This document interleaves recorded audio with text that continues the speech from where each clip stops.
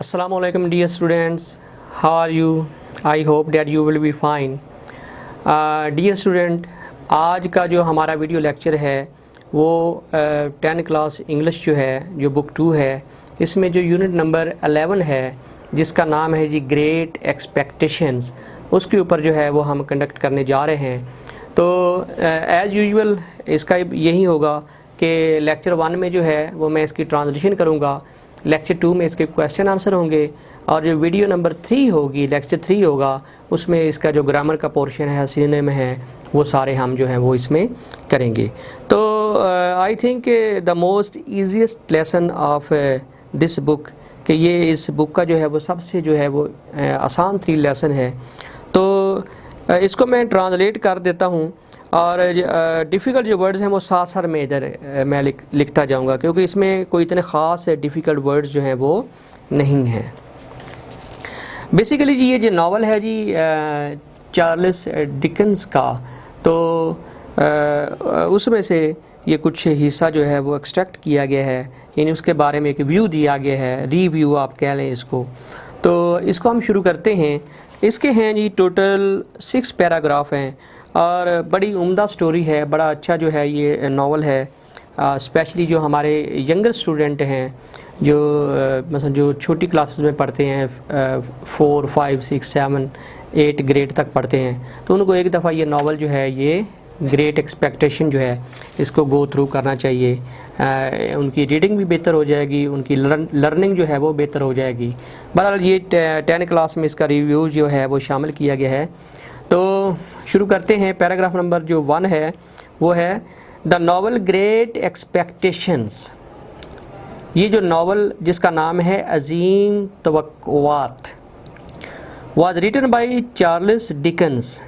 इसको लिखा है जी चार्ल्स डिकन्स ने, अ फेमस इंग्लिश ऑथर, जो कि एक मशहूर ज़माना एक अंग्रेज़ मुसन्नफ़ था। AUTHOR, author. ऑथर का मतलब होता है राइटर, यानी कि मुसन्निफ़। ये थोड़ा सा रॉन्ग हो गया, मुसन्निफ़, ठीक है, यानी कि राइटर था। अच्छा, द स्टोरी टुक प्लेस का मतलब है रूनुमा हुई, वाक़या हुई। The story took place in England in the 19th century. ये सदी जो है, ये जो स्टोरी है ये इंग्लैंड के अंदर 19वीं सदी में रूनुमा हुई। The main character is called Pip, और इस स्टोरी का जो मरकज़ी किरदार है वो पिप है। We read about his life from childhood to manhood. हम इस लेसन के नावल के अंदर जो है हम उसकी ज़िंदगी का मुताला करते हैं, यानी वो ज़िंदगी उसकी बचपन से लेकर जो जवानी तक की ज़िंदगी है, यानी जो फुली ग्रोन अप जो मैन होता है उस तक की जो ज़िंदगी है हम उसका मुताला करते हैं इस नावल के अंदर। पैराग्राफ नंबर 2 है the story begins when pip was a lonely orphan. ORPHAN, orphan का मतलब होता है यतीम, जिसके पेरेंट्स जो हैं उनकी डेथ हो चुकी हो, ठीक है, यतीम। स्टोरी शुरू होती है begins with pip when pip was a lonely orphan, यानी जब स्टोरी शुरू होती है तो हमें ये पता चलता है कि पिप जो है वो तन्हा है और एक यतीम है। He was brought up by his sister. Brought up,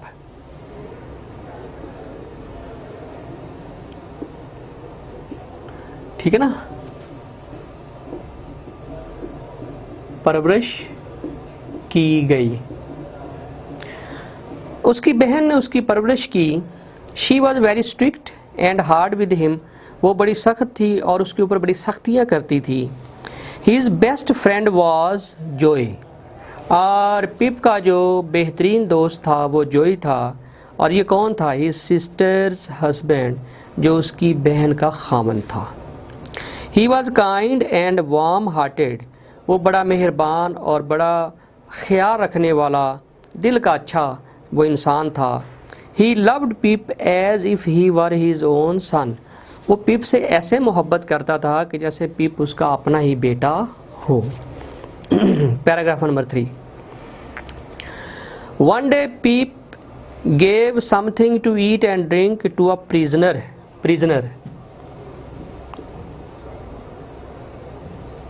prison होती है जेल, और प्रिजनर जो होता है वो होता है कैदी।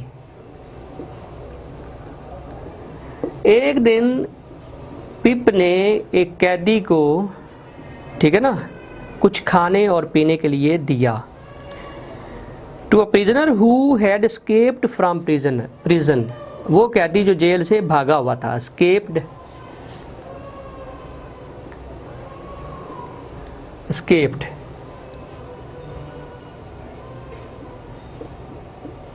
भागा हुआ, ठीक है, जो जेल से भागा हुआ था।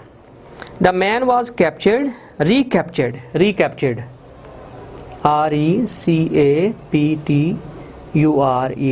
रिकैप्चर्ड, ठीक है ना, दोबारा गिरफ्तार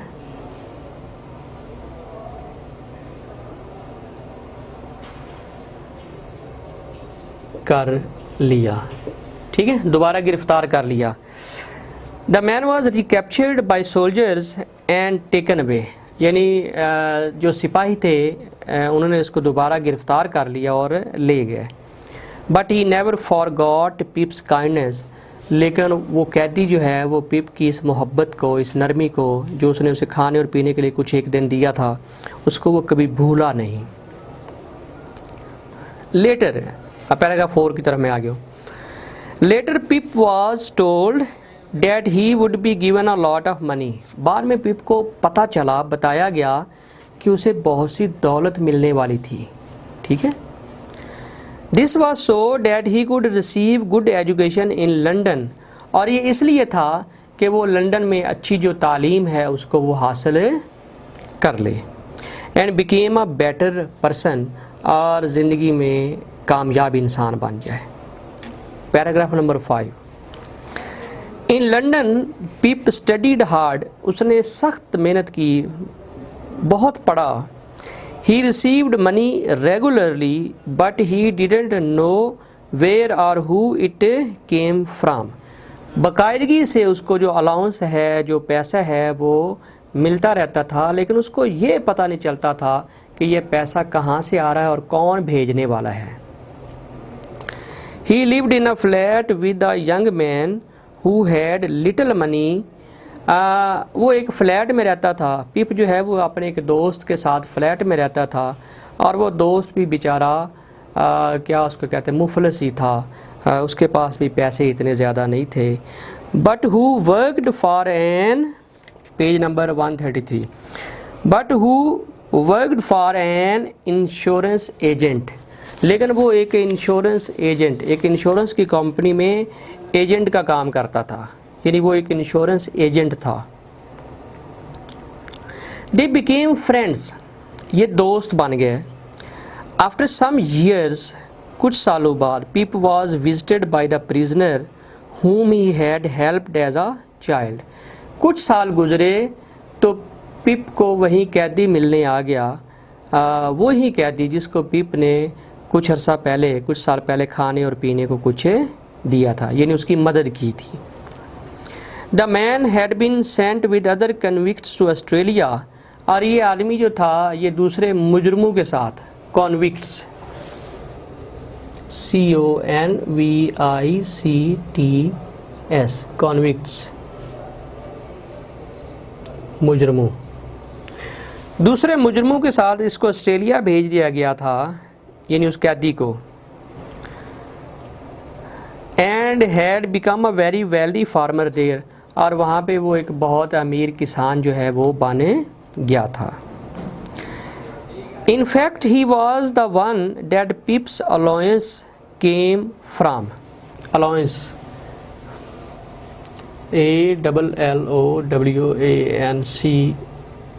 allowance, वजीफ़ा। हकीकत कुछ यूँ थी कि ये वही आदमी था जो पिप को बाकायदगी से वजीफ़ा भेजा करता था। He wanted Pip to have the advantages of education, वो चाहता था कि पीप जो है वो तालीम से फ़ायदा उठाए, एंड मनी, और इस पैसे से फ़ायदा उठाए। Although he was not a gentleman himself, अगरचे जो पैसा भेजने वाला वो कैदी था वो कोई शरीफ आदमी नहीं था। Actually he was still wanted bye the police in England, और ये जो हकीकत कुछ ये थी कि ये आदमी अभी भी जो इंग्लैंड पुलिस है उसको मतलूब था।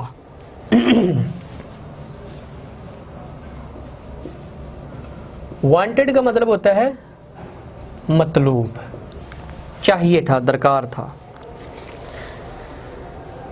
लास्ट पैराग्राफ है जी। Pip and his friend decided that London was too dangerous for the wanted man. Pip और उसके दोस्त ने ये फैसला किया कि लंदन जो है वो मतलूब आदमी के लिए बहुत ही ख़तरनाक जगह है। They thought that Pip should take him abroad, और उन्होंने सोचा कि पिप को मदद करनी चाहिए इस आदमी की और इसे बाहर के मुल्क जो है वो भेज देना चाहिए। As they attempted to board a ship, यूँ ही इन्होंने कोशिश की एक जहाज़ पर, बहरी जहाज़ पर सवार होने की। He was caught by the police, तो इस मुजरम को पुलिस ने पकड़ लिया। At his trial in court, trial यानी मुकदमा, कोर्ट में उस पर मुकदमा चला। At his trial in court he was sentenced to death,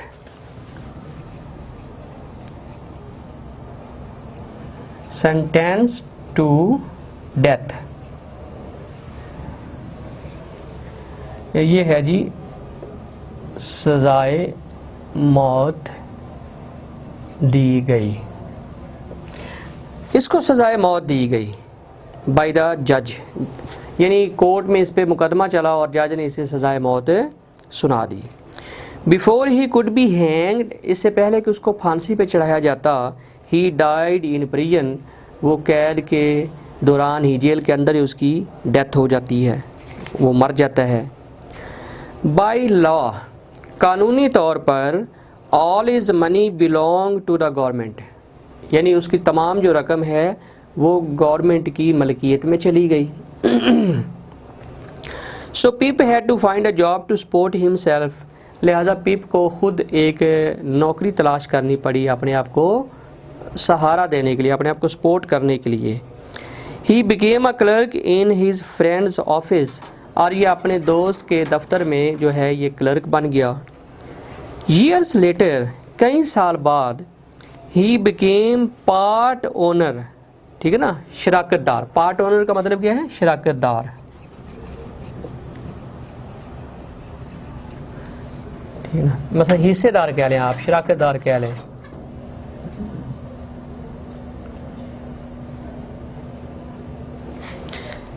part owner of the insurance firm, उसी इंश्योरेंस कंपनी का वो शराकतदार बन गया, यानी हिस्सेदार बन गया कई साल बाद। So he had successful career as a result of his own efforts.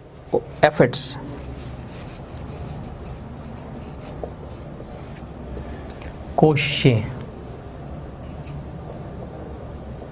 लिहाजा अपनी कोशिशों के बलबूते पर वो एक कामयाब इंसान बन गया।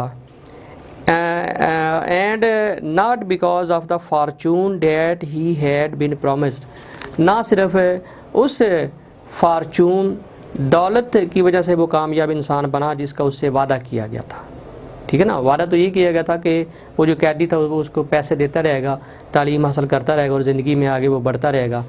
लेकिन अब वो कैदी जो है वो उसको सजाए मौत हो गई, और सजाए मौत से पहले ही उसकी डेथ हो गई।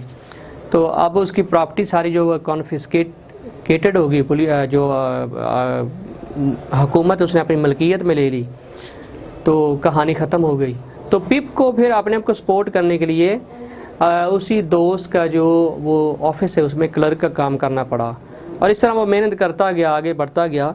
तो लास्ट लाइन का मतलब यही है कि पिप ने तरक्की की अपनी मेहनत के बलबूते पर, ना कि उस काले धन की वजह से जिसका उससे वादा किया गया था। ब्लैक मनी की वजह से उसने तरक्की नहीं की जिसका वो कैदी ने उससे वादा किया था, यानी वो अपने मेहनत से आगे बढ़ा।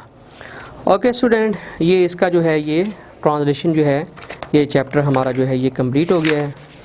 तो शाहिर भट्टी को इजाज़त दीजिए। अल्लाह हाफिज़।